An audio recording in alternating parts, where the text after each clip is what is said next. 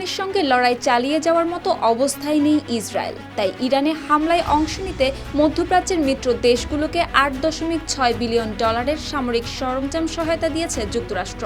Reuters সহ বিভিন্ন আন্তর্জাতিক সংবাদ মাধ্যমে উঠে এসেছে এই তথ্য। অথচ এমন পরিস্থিতিতে আবার নতুন করে ইরানে হামলার পরিকল্পনা করছে ইসরায়েল। তবে সেই হামলার পেছনেও সহায়তা চাইছে যুক্তরাষ্ট্র। ইসরায়েলি গণমাধ্যম IPBC এর বরাতে মিডল ইস্ট মনিটর জানিয়েছে, ইরানের বিরুদ্ধে আবারও সামরিক অভিযান চালাতে চায় দেশটি।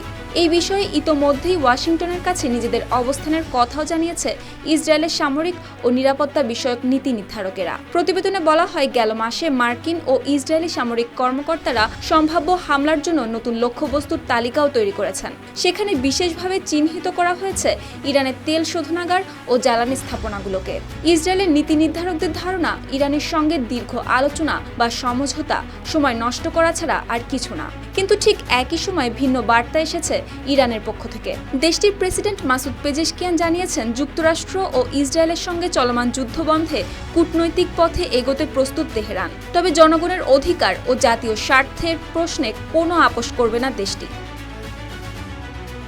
ফরাসি প্রেসিডেন্ট ইমানুয়েল ম্যাক্রোর সঙ্গে ফোনালাপে পেজেশকিয়ান যুক্তরাষ্ট্রের প্রতি গভীর অবিশ্বাসের কথাও প্রকাশ করেন। তার অভিযোগ, আলোচনার চলাকালেই হামলা চালানো হয় ইরানের ওপর।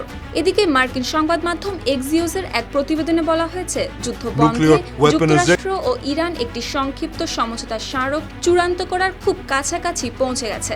আলোচনায় থাকা সম্ভাব্য শর্ত অনুযায়ী ইরান সাময়িকভাবে ইউরেনিয়াম সমৃদ্ধকরণ কর্মসূচি স্থগিত রাখবে, আর এর বিনিময়ে তেহরানের উপর থেকে কিছু নিষেধাজ্ঞা প্রত্যাহার করতে পারে যুক্তরাষ্ট্র।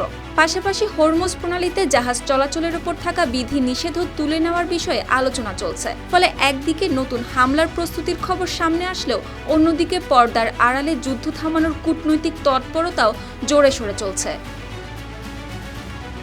শুক্তি রায়, RTV।